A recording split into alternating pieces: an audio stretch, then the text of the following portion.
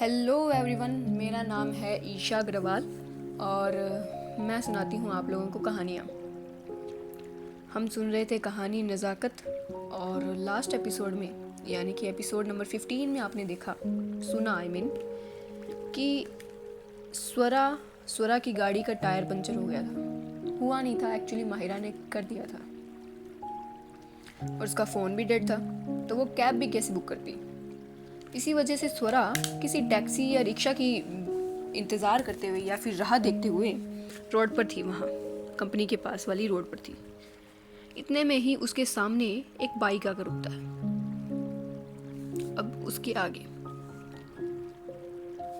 अब वो बाइक आकर रुकता है स्वरा के बिल्कुल सामने, है ना।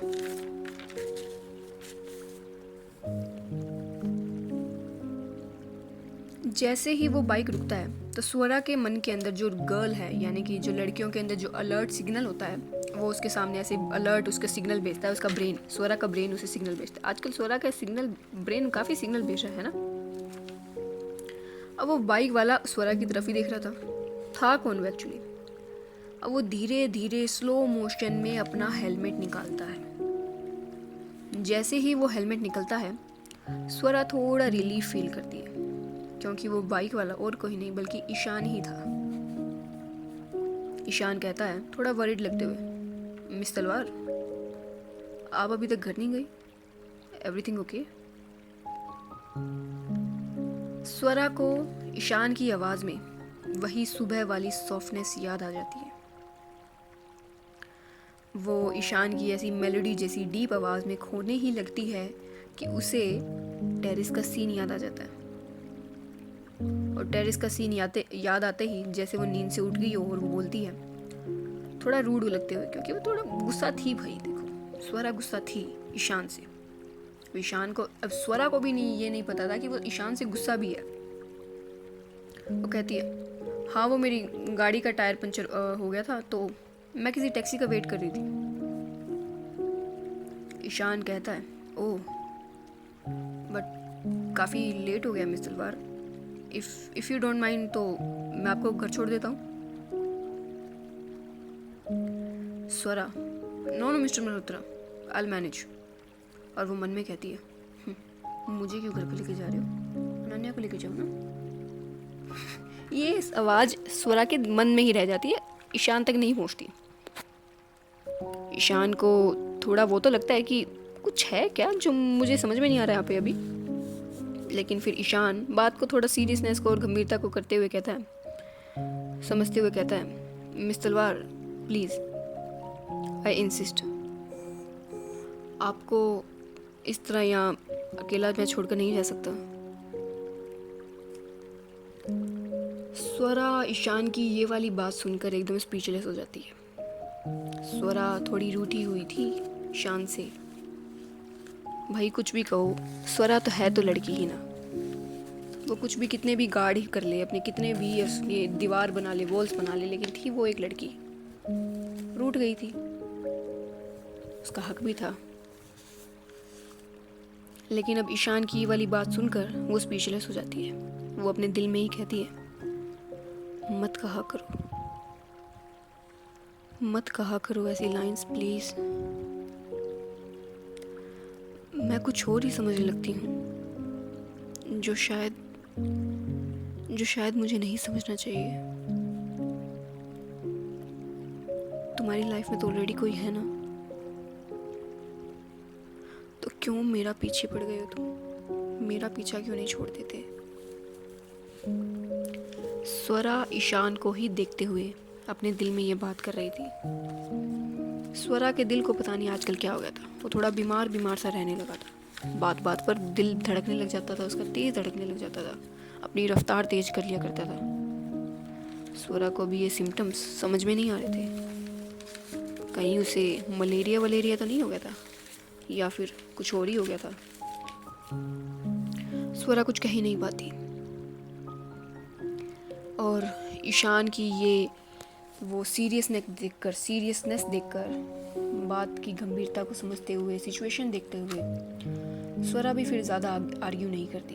वो गाड़ी से अपना सामान निकालती है, गाड़ी लॉक करती है और बाइक के साइड में खड़ी हो जाती है। ईशान स्वरा को एक हेलमेट देता है, उसके हाथ में एक हेलमेट पकड़ाता है। स्वरा के हाथ में उसके बैग्स थे तो वो हेलमेट कैसे पहनती। स्वरा अपने हाथ में एक तरफ अपने बैग को देखती है, फिर उस हेलमेट को देखती है और फिर ईशान को देखती है। ईशान भी समझता है इसको और फिर वो क्या करता है, वो बाइक पर बैठे बैठे ही स्वरा के हेलमेट पहना देता है, हेलमेट पहनाने लगता है। जब वो हेलमेट एडजस्ट कर रहा था, नीचे से बकल अप कर रहा था हेलमेट को, इस पूरे दौरान स्वरा सिर्फ और सिर्फ ईशान को ही देखे जा रही थी। इस वक्त ईशान और स्वरा काफ़ी क्लोज थे एक दूसरे को। स्वरा को, ईशान को एहसास था, ईशान के फेस पर स्वरा की सांसें उसे महसूस हो रही थी और स्वरा को अपने चिन के आसपास ईशान की उंगली महसूस होती है। कुछ करंट जैसा दौड़ जाता है दोनों में, कुछ समझ में नहीं आता दोनों को। ईशान स्वरा का हेलमेट ठीक करता है। स्वरा उसे ही देखी जा रही थी। इन दोनों का हेलमेट पहनाने के बाद स्वरा और ईशान का एक आई कांटेक्ट होता है। आई कांटेक्ट इनकी ही लव लैंग्वेज भी थी एक्चुअली। इनका आपस में आई कांटेक्ट करना इनकी लव लैंग्वेज थी। अब समझते हुए कुछ ईशान को थोड़ा होश आता है और वो अपनी नज़रें फेर लेता है। स्वरा भी संभलती है और फिर जाकर पीछे बैठ जाती है, बाइक पर ईशान के पीछे बैठ जाती है। वो थोड़ा कतरा रही थी अपना हाथ ईशान के कंधे पर रखने से और वो नहीं रखती। इसी तरह स्वरा ईशान को अपने घर की डायरेक्शन बताती है और वो बाइक वहाँ से चली जाती है। बाइक तो वहाँ से चलती ही है, बाइक के साथ साथ वो वाइट कलर की गाड़ी और उस गाड़ी में बैठा हुआ इंसान जो अब तक सब कुछ नोटिस कर रहा था, सब कुछ ऑब्जर्व कर रहा था, सब कुछ देख रहा था। शीशे के पीछे बाइक के चलने के 2 मिनट बाद वो भी कार स्टार्ट कर लेता है और बाइक के पीछे लगा लेता है अपनी गाड़ी को। बाइक पर दोनों के बीच में कोई बात नहीं होती और ऐसा कोई मोमेंट भी नहीं होता। हर वक्त मोमेंट नहीं होता है, हर वक्त कोई मोमेंट हो ज़रूरी नहीं है ना, ऐसा कोई मोमेंट भी नहीं होता। और इसी तरह करते करते वो सफ़र पूरा होता है और वो बाइक तलवार हाउस के सामने जाकर रुकती है। तलवार हाउस ना ज़्यादा छोटा ना ज़्यादा बड़ा, लेकिन एक सुंदर ब्यूटीफुल कोजी सा घर जो सिर्फ ईंटों और सीमेंट का नहीं, इंसानों से एक घर बना था, मकान से घर बना था। बाइक के रुकते ही स्वरा बाइक से उतरती है, अपना हेलमेट निकाल कर ईशान को देती है और कहती है, thank you mister Malhotra, I owe you now. यानी इसका मतलब ये है कि मुझ पर आपका कोई कर्ज हो गया, मतलब हिंदी इसकी ये है। ईशान कहता है, नो इट्स फाइन मिस तलवार, एवरीथिंग इज गुड। और ये कहकर वो 1 मिनट का पोज लेता है और स्वरा को देखते हुए कहता है, एवरीथिंग इज गुड राइट। स्वरा कुछ नहीं कहती और ईशान को देखते देखते ही हाँ में सर हिलाती है। Everything is not good right, सब कुछ सही तो नहीं था। स्वरा को तो पता था, स्वरा ने तो देखा था वो हग। स्वरा तो कुछ और ही समझ रही थी, लेकिन फिर भी वो हाँ में अपना सर हिलाती है। उसके दिल में तो कुछ और था, बट वो बताती नहीं है, जताती नहीं है। और शायद यही बात थी जो स्वरा को सबसे अलग बनाती थी, सबसे जुदा करती थी। ये इतनी होती ही है कि इतने में अंदर से सुनैना जी आती हैं, यानी कि स्वरा की माँ सुनैना जी आती हैं। क्योंकि वो लेट हो गया था, उनकी बेटी अब तक घर नहीं आई थी, तो वो इंतज़ार कर रही थी ना। और बाइक की आवाज़ आते ही वो बाहर आती हैं और कहती है, स्वरा, जैसे शोर कर रही हो कि हाँ स्वरा आ गई हो। ईशान और स्वरा आवाज़ सुनकर उनकी तरफ देखते हैं। स्वरा कहती है, माँ, आप इतनी देर तक जागी हुई हैं? सुनैना जी कहती हैं, हाँ बेटा, मैं तेरा इंतज़ार कर रही थी। अब मेरी बच्ची बाहर है तो मैं कैसे सो जाऊँ। और ये कहकर स्वरा के सर पर वो वहाँ आ जाती है और स्वरा के सर पर हाथ फिराने लगती है। ये सीन ईशान को कुछ याद दिला देता है, अपनी माँ की याद दिला देता है। आज अगर वो होती तो शायद ईशान का भी इसी तरह इंतज़ार कर रही होती। और अगर ईशान को पता होता कि उसकी माँ उसका इंतज़ार कर रही है तो वो इतनी देर तक घर से बाहर ना होता। वो अब तक कब का अपनी माँ के गोद में सर रख कर सो रहा होता। कितने हसीन पल थे ना वो। ईशान की आंखों के सामने कितने अच्छे पल चल रहे थे वो, लेकिन ईशान सिर्फ उन्हें आंखों से देख सकता था, जी नहीं पा रहा था। और सुनैना जी फिर ईशान की नज़रों को अपने ऊपर पाकर वो कहती हैं, स्वरा की तरफ कहती हैं, बेटा ये ईशान के लिए, मतलब अपनी बात पूरी नहीं करती। स्वरा कहती है, माँ ये मिस्टर मल्होत्रा हैं, मेरे कलीग। मेरी गाड़ी का टायर पंचर हो गया तो मुझे घर छोड़ने आए हैं। अब सुनैना जी भाई, जिनकी 2 बेटियां हैं, जिनमें से दोनों की उम्र शादी की हो रही है, और इस तरह, और दोनों ही शादी के लिए मना कर रही हैं अब तक, और इस तरह कोई अनमैरिड लड़का उनकी बेटी को घर छोड़ने आ रहा है। दिखने में भी सुंदर है, डिसेंट भी लग रहा है, और कलीग भी है, यानी कि अच्छी खासी नौकरी भी है। तो सुनैना जी तो हर माँ की तरह, हर टिपिकल इंडियन माँ की तरह उनके मन में फूटता है लड्डू। अपनी बेटी की शादी के लड्डू फूटते हैं। वो ईशान की तरफ ऐसे देखते हैं जैसे कोई इंसान नहीं, एक लॉटरी लग गई उनके हाथ में। अब तक तो सब कुछ नॉर्मल था, लेकिन अब शुरू होता है असली टिपिकल इंडियन मेलोड्रामा। तो सुनैना जी जो अब तक धीरे धीरे बोल रही थी, वो उनकी आवाज़ में जो ऐसे एक सुफुर्ती सी आ जाती है। वो कहती है, ओह अच्छा। वो ईशान की तरफ देखकर कहती है, बड़ी ही स्वीट स्माइल में कहती है, थैंक यू बेटा, स्वरा को घर छोड़ने के लिए। ईशान इतनी ओवर स्वीटनेस को, अब तक इतने नेचुरल सीन को देखकर फिर अचानक से इतनी ओवर स्वीटनेस से वो थोड़ा हजम नहीं कर पाता, और वो कहता है, नहीं आंटी, आप थैंक यू मत कीजिए प्लीज़। सुनैना जी सुनती है कि यार ये तो काफ़ी डिसेंट बंदा लग रहा है, थैंक यू भी नहीं सुन रहा, प्लीज़ भी बोल रहा है, ये तो सच में हीरा लगा है मेरे हाथ में। ऐसी सुनैना जी की अंदर की आवाज़ थी। वो कहती है, अरे कितना प्यारा बच्चा है बेटा, तुम बाहर क्यों खड़े हो, अंदर आओ ना। स्वरा बुलाओ अंदर, इस तरह बाहर से ही विदा करोगी क्या। अब स्वरा अपनी माँ को जानती थी भाई। आज के टाइम में माँ बाप अपने बच्चों को जाने ना जाने, लेकिन बच्चे माँ बाप को ज़रूर जानते हैं। स्वरा सब समझ रही थी, उसे सब समझ में आ रहा था। क्यों? क्योंकि ये पहली बार नहीं हो रहा था। सुनैना जी तो कोई भी दिखता तो उसके साथ अपनी बेटी को जोड़ने के लगे ही रहती। स्वरा सब समझती है, वो अपनी आंखें रोल करती है, रोल करते हुए कहती है, नहीं माँ, मिस्टर मल्होत्रा को लेट हो रहा है, उन्हें थोड़ी जल्दी है। और ये कहकर वो ईशान को घूरती हैं, जैसे कि कह रही हो कि मिस्टर मल्होत्रा मेरी हाँ में हाँ मिलाइए और आपको यहाँ से जाना होगा। थैंक यू, आपने मुझे ड्रॉप किया। वो अपनी नज़रों से ही बता देती है, बता देती है कि भाई हाँ निकलो, अब हो गया तुम्हारा काम, निकलो। ईशान तो ईशान था, अब वो कोई दूध पीता बच्चा तो था नहीं, उसे भी सब समझ में आ रहा था।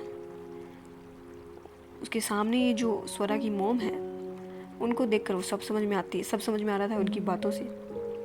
और ईशान को इसके अलावा और क्या चाहिए ना, उसके भी मन में लड्डू फूटता है। अब उसे मज़ा आने लगता है और वो कहता है, हाँ लेट तो हो रहा है, बट आंटी आप इतना इंसिस्ट कर रही है तो मैं कैसे मना कर सकता हूँ ना, है ना। और कुछ नहीं तो एक गिलास पानी ज़रूर पी कर जाऊँगा। और ये कहकर वो बाइक से उतरता है और अपने बाइक को लॉक करता है और हेलमेट वगैरह वहाँ पर रखता है सही सलामत। स्वरा जो ये मानकर बैठी थी कि ईशान अब यहाँ से जाने वाला है, उसकी हाँ में हाँ मिलाकर, और वो अब तक घर जाएगी अंदर अपने। स्वरा ईशान की बात सुनकर ईशान को ऐसे घूर घूर कर देखती है, जैसे कि क्या बकवास कर रहे हो तुम। जाओ यहाँ से, मेरे घर में आने की कोई ज़रूरत नहीं है। ईशान मतलब स्वरा अपनी नज़रों से ऐसे बता रही थी उसे। ईशान अपने कंधे उचका देता है कि मुझे नहीं पता क्या कह रही हो तुम, मुझे नहीं समझ में आता ये सब बातें, मुझे पानी पिलाओ भाई। ईशान ऐसा अपना नज़रों में इशारों में कहता है।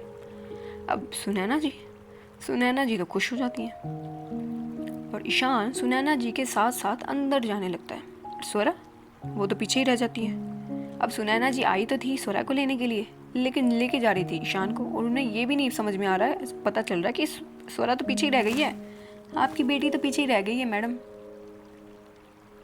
और ईशान आगे जाते जाते एक बार रुकता है, पीछे मुड़ता है स्वरा की तरफ और कहता है, मिस तलवार आप वहाँ क्यों खड़ी हैं, आइए ना, आप ही का घर है, आइए। और ये कहकर वो आंखों में शरारत भर के वहाँ से अंदर चला जाता है। स्वरा ईशान को जानती थी, उसने सब सुना था कि ईशान के चाइल्डिश बिहेवियर को, उसके फ्लर्टीनेस को, वो सब जानती थी। ईशान को अब तक तो वो अच्छी तरीके से जान ही गई थी, लेकिन अब उसे और पास से जान रही थी, ऐसे जैसे उसे नए ईशान के ऐसे वर्जन्स देखने को मिल रहे हों। अब तक तो उसने ईशान के इन वर्जन्स के बारे में सिर्फ सुना था, लेकिन अब सामने से देख रही थी। स्वरा को मानो कुछ समझ में नहीं आता, अपनी आईज रोल करती है और अपना फेस पे बिल्कुल वही न्यूट्रल स्ट्रिक्ट कोल्ड एक्सप्रेशन लेकर जाती है और कहती है, ऑफ कोर्स मेरा ही घर है। और ये कहकर वो अंदर चली जाती है। अब वो वाइट कलर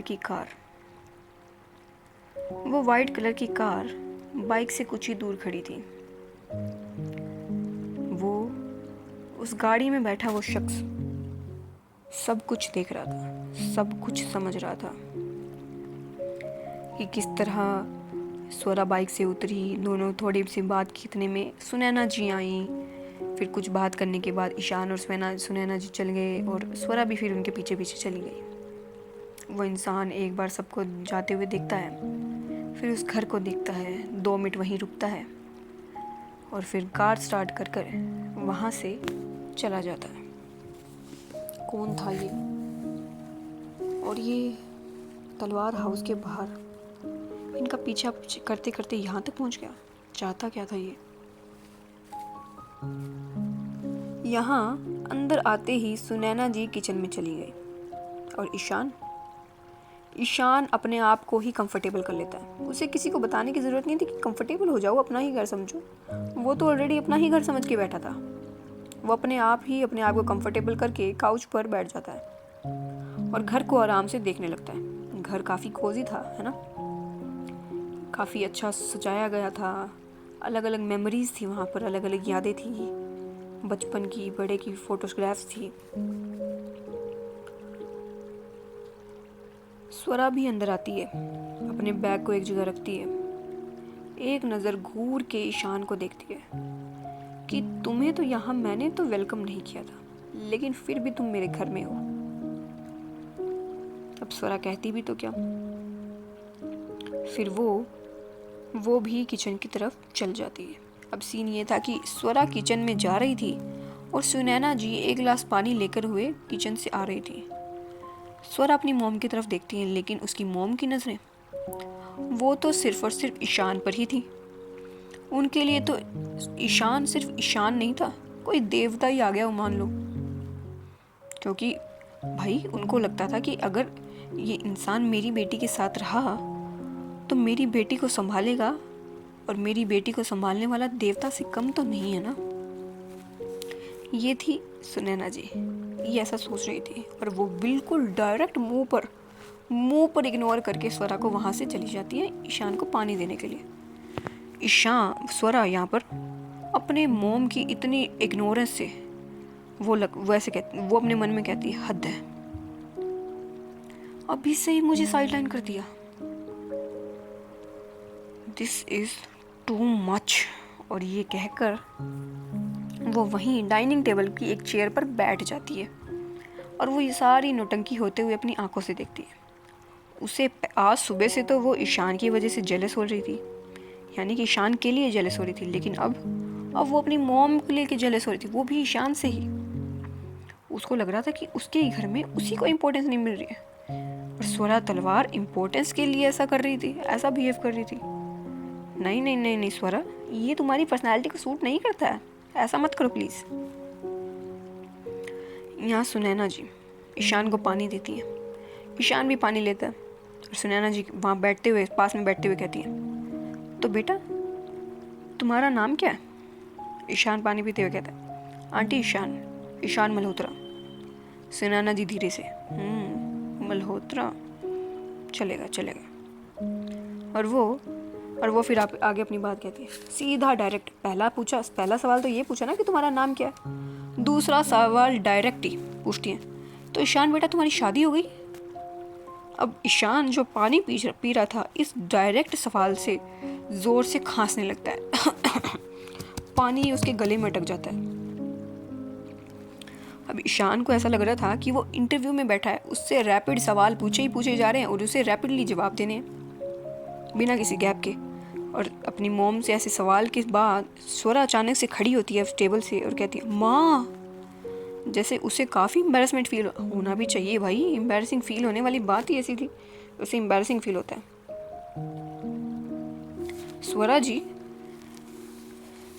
सुनैना जी स्वरा को अपनी आंखें दिखा देती है, बड़ी बड़ी आंखें करके दिखा देती है, तुम चुप रहो, ये मैं बात कर रही हूँ ना, तुम बीच में अपनी टांग मत अड़ाओ, वहीं बैठी रहो टिक के। ईशान कहता है, नहीं आंटी, अभी तक नहीं हुई है, फॉर्चुनेटली।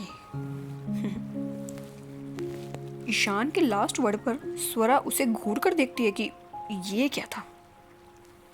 अब ईशान को तो स्वरा की नज़रों का नहीं समझ में आ रहा था ना, लेकिन स्वरा भी लाइक ये क्या था, फॉर्चुनेटली। सुनैना जी कहती है, ओह। सुनैना तो जैसे कि उन्हें कोई लॉटरी और भी ज़्यादा उन्हें खुशी मिल गई हो, और कहती है मतलब कि ओह अच्छा है हाँ। तो बेटा कितने साल की हो तुम? तुम्हारे घर में कौन कौन है? तुम्हारे पेरेंट्स, तुम्हारे ग्रैंड पेरेंट्स, कहाँ रहते हो तुम? और वैसे किस पोस्ट पर हो तुम? कब से ज्वाइन की है कंपनी? ये सब सवाल सुनैना जी एक के बाद एक साथ में पूछ लेती है, गैप ही नहीं देती, रुकती नहीं है। मतलब जैसे गोलियां ढाई ढाई ढाई करके आती है, वैसे ही सुनैना जी के जो क्वेश्चंस हैं ढाई ढाई ढाई करके ईशान पर लग रहे थे। ईशान को समझ में ही नहीं आता कि वो किस सवाल का कब दे जवाब, और पहले कौन से सवाल का जवाब दे। स्वरा अपने सामने अपनी इस तरह एम्बैरेसिंग मोमेंट होते हुए कैसे देख सकती थी? उसे तो अपनी माँ को रुकना ही था ना। वो कहती है, माँ ये क्या कर रही हैं आप? मिस्टर मल्होत्रा, पी लिया ना आपने पानी, आपको लेट नहीं हो रहा है? और ये कहकर वो ईशान को भगाने की दोबारा कोशिश करती है कि मानो निकलो तुम, अब पानी पी लिया है ना, हो गया ना तुम्हारा काम, निकलो, क्या कर रहे हो तुम यहाँ पर? सुनैना जी थोड़ा ऑफेंड होते हुए, स्वरा ये क्या तरीका है बेटा, किसी घर आए मेहमान से ऐसे बात करते हैं? ईशान अपनी नौटंकी की दुकान अपने दिल पर हाथ रखकर कहता है, आंटी मेहमान? अभी तो आपने मुझे बेटा कहा था ना, और अभी आपने मुझे मेहमान बना दिया। नहीं आंटी, दैट्स नॉट फेयर। और ये कहकर वो अपने दिल पर हाथ रखता है, जैसे कि सच में उसे दर्द हुआ हो। सुनैना जी तो और भी ज़्यादा इम्प्रेस हो जाती हैं कि हाय राम, ये तो मेरा बेटा ही है। और वो कहती है, अरे नहीं बेटा, ऐसा कुछ नहीं है, ये तो बस ये स्वरा, तुम छोड़ो इसे, ये तो ऐसे ही बोलती रहती है। ईशान को तो इस वक्त लिटरली बहुत मज़े आ रहे थे। किसी नेटफ्लिक्स सीरीज़ की उसे ज़रूरत नहीं थी, उसे लेजिट बहुत मज़े आ रहे थे। और वो एक बार स्वरा को देखता है, और स्वरा उसे देखती है घूर के कि मानो ये तमाशा बंद करो और निकलो मेरे घर से। और ईशान फिर से अपने कंधे उचका देता है कि मुझे नहीं पता कि क्या बोल रही हो तुम, मैं नहीं जानता तुम्हें। ये वाला सीन मतलब ईशान करता है। ये सब होता ही है कि इतने में माहिरा सीढ़ियों से उतर कर आती है और कहती है, ईशान तुम यहाँ, वो भी इस वक्त, व्हाट अ प्लेजेंट सरप्राइज। अब माहिरा के आते ही स्वरा देखती है और मन में ही कहती है, लो इसी की कमी थी। और ये कहकर वो अपने सर पर हाथ रख के दोबारा उसी डाइनिंग टेबल की चेयर पर बैठ जाती है कि उसका तो बस आज के लिए हो गया था भाई। और कितने इमोशंस के रोलर कोस्टर पे घूमेगी वो, हो गया उसके लिए, बख्श दो उसे। ईशान माहिरा को देखकर कहता है, ओह हाय माहिरा। हाँ वो मिस तलवार की गाड़ी का टायर पंचर हो गया तो मैंने उन्हें घर छोड़ दिया, ड्रॉप कर दिया। माहिरा एक नज़र स्वरा को देखती है और फिर ईशान को। उसके मन में आता है कि हाँ हाँ प्लान तो मेरा ही था, ये तो होना ही था। माहिरा का प्लान कभी फेल नहीं होता। और ये थोड़ा डेविल स्माइल करते हुए वो काउच पर जाकर बैठ जाती है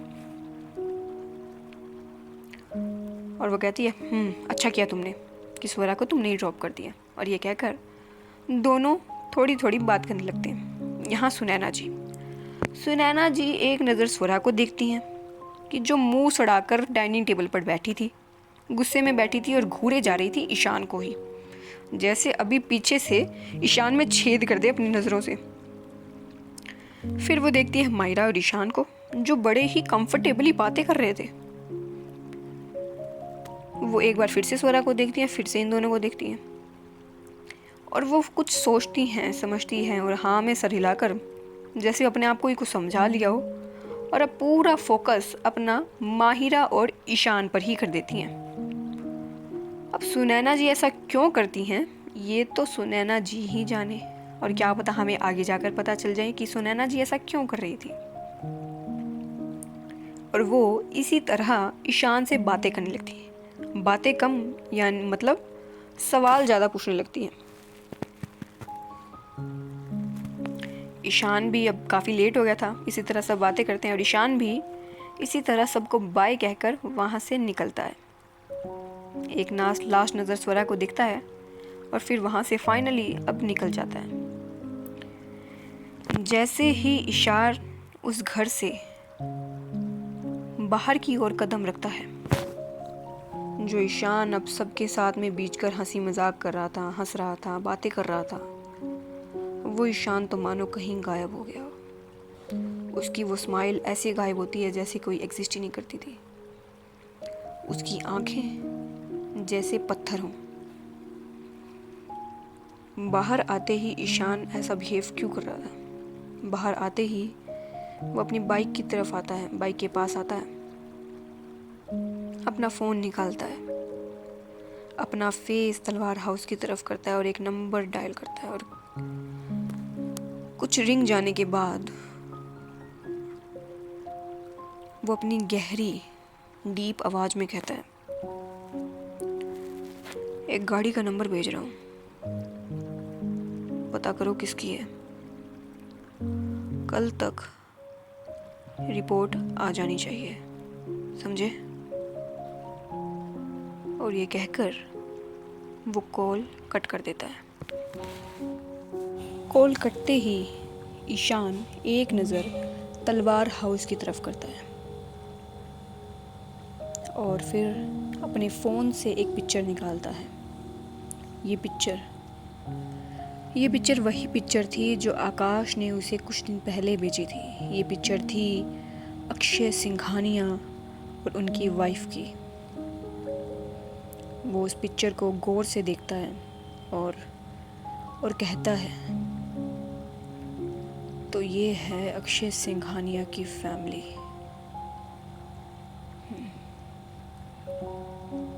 मतलब मिस तलवार का नाम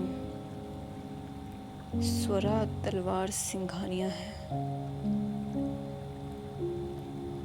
और ये कहकर वो एक नज़र वहाँ देखता है जहाँ वो गाड़ी थोड़ी देर पहले खड़ी थी। अब ईशान इतना पागल तो नहीं था, एक्चुअली वो बहुत स्मार्ट था। कोई उसका पीछा कर रहा है और उसे पता भी ना चले, दैट्स नॉट पॉसिबल। फिर वो वहाँ से चला जाता है। स्वरा जो ईशान को अंदर से देख रही थी, उसे कुछ सुनाई तो नहीं देता, लेकिन ईशान की बॉडी लैंग्वेज समझ आ रही थी। ईशान की आज बॉडी लैंग्वेज बिल्कुल उस दिन की तरह थी जिस दिन उसने ईशान को बात करते हुए सुना था। इसलिए स्वरा इतनी इंटेलिजेंट तो थी कि उसे समझ आ रहा था कि कुछ तो ऐसी बात कर रहा है ईशान, कुछ तो ऐसी बात है जो ईशान छुपा रहा है। और वो कहती है, ईशान मल्होत्रा, हो कौन तुम? मकसद क्या है तुम्हारा?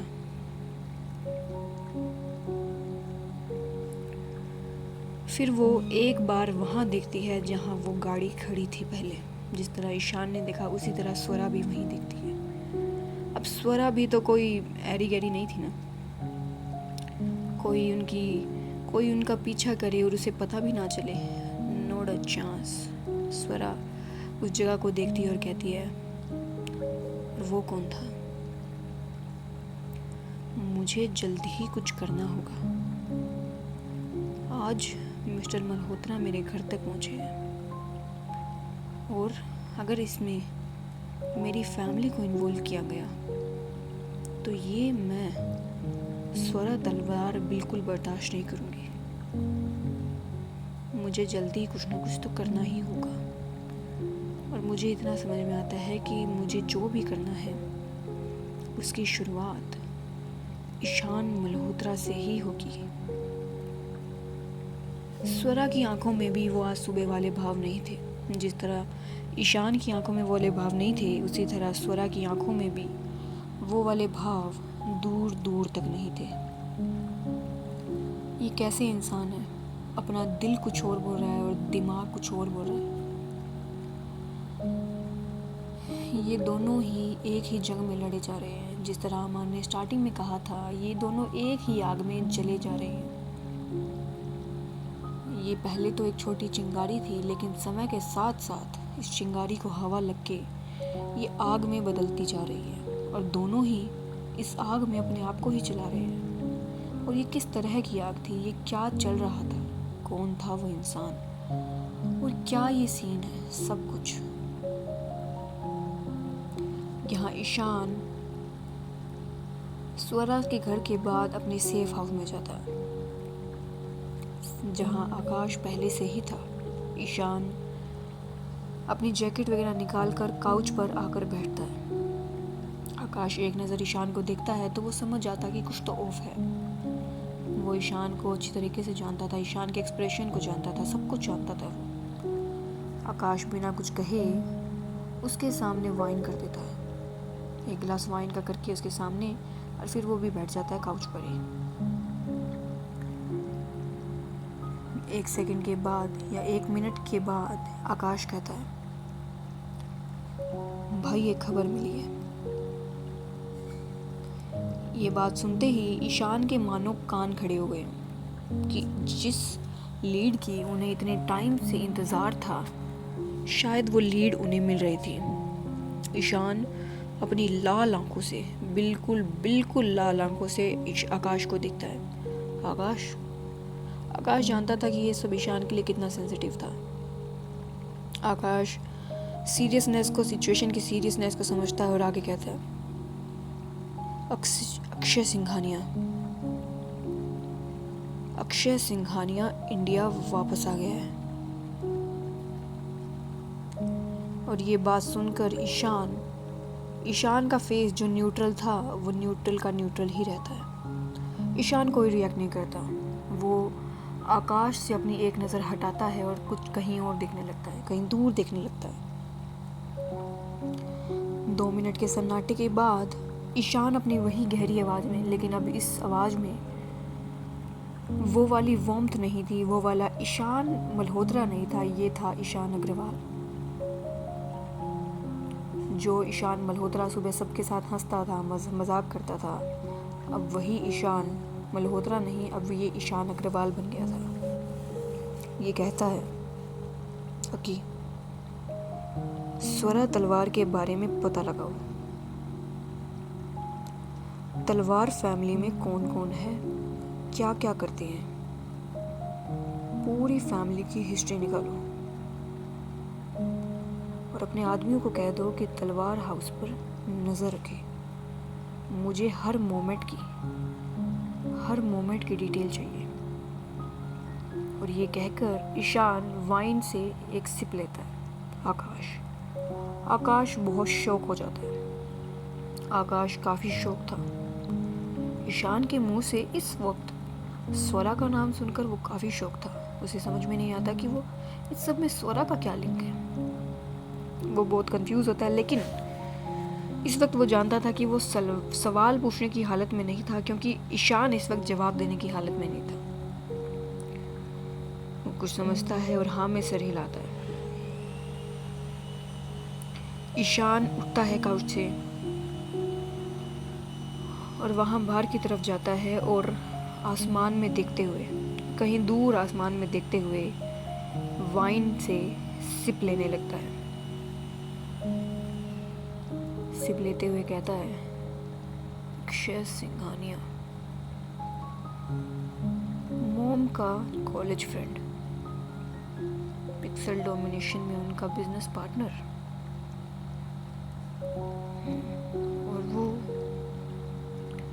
और वो अक्षय सिंघानिया और कोई नहीं बल्कि स्वरा तलवार के फादर हैं।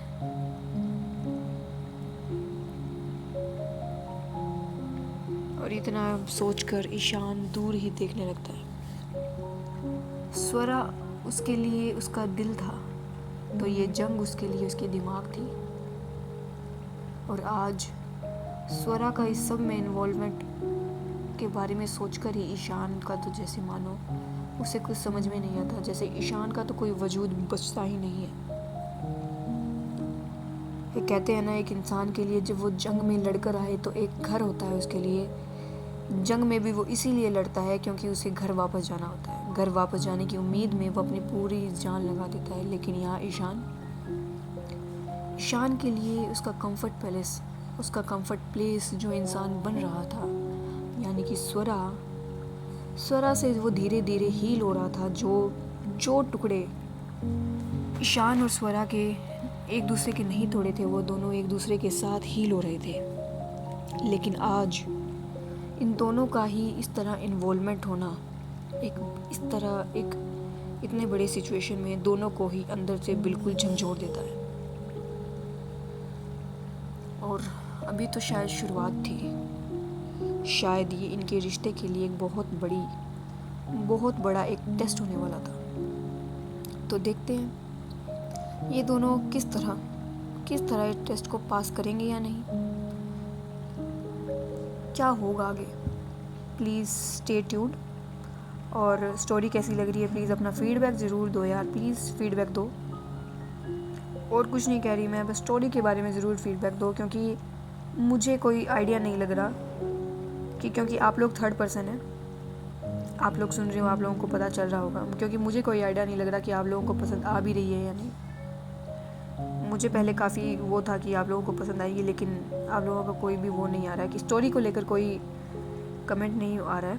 तो प्लीज़ कमेंट ज़रूर करो कि स्टोरी पसंद आ भी रही है आप लोगों को कि नहीं। एंड वो पोस्ट ज़रूर देखना, I am pretty serious about that post. और हम सच में करेंगे, हमारी फैमिली जब आप लोग शाइनेस को छोड़कर सच में बोलने के लिए खुलेंगे, अपने इमोशंस को बोलने के लिए तैयार होंगे, तो हम सच में एक स्टेप आगे लेंगे। उसके लिए शुरुआत आप लोगों को करनी होगी, क्योंकि मेरी तरफ से मैंने इनिशिएटिव ले लिया है। अब शुरुआत आप लोगों को करनी है कि कैसे क्या होगा। एंड आज के लिए इतना ही, बाकी देखते हैं कल। So thank you, Tata.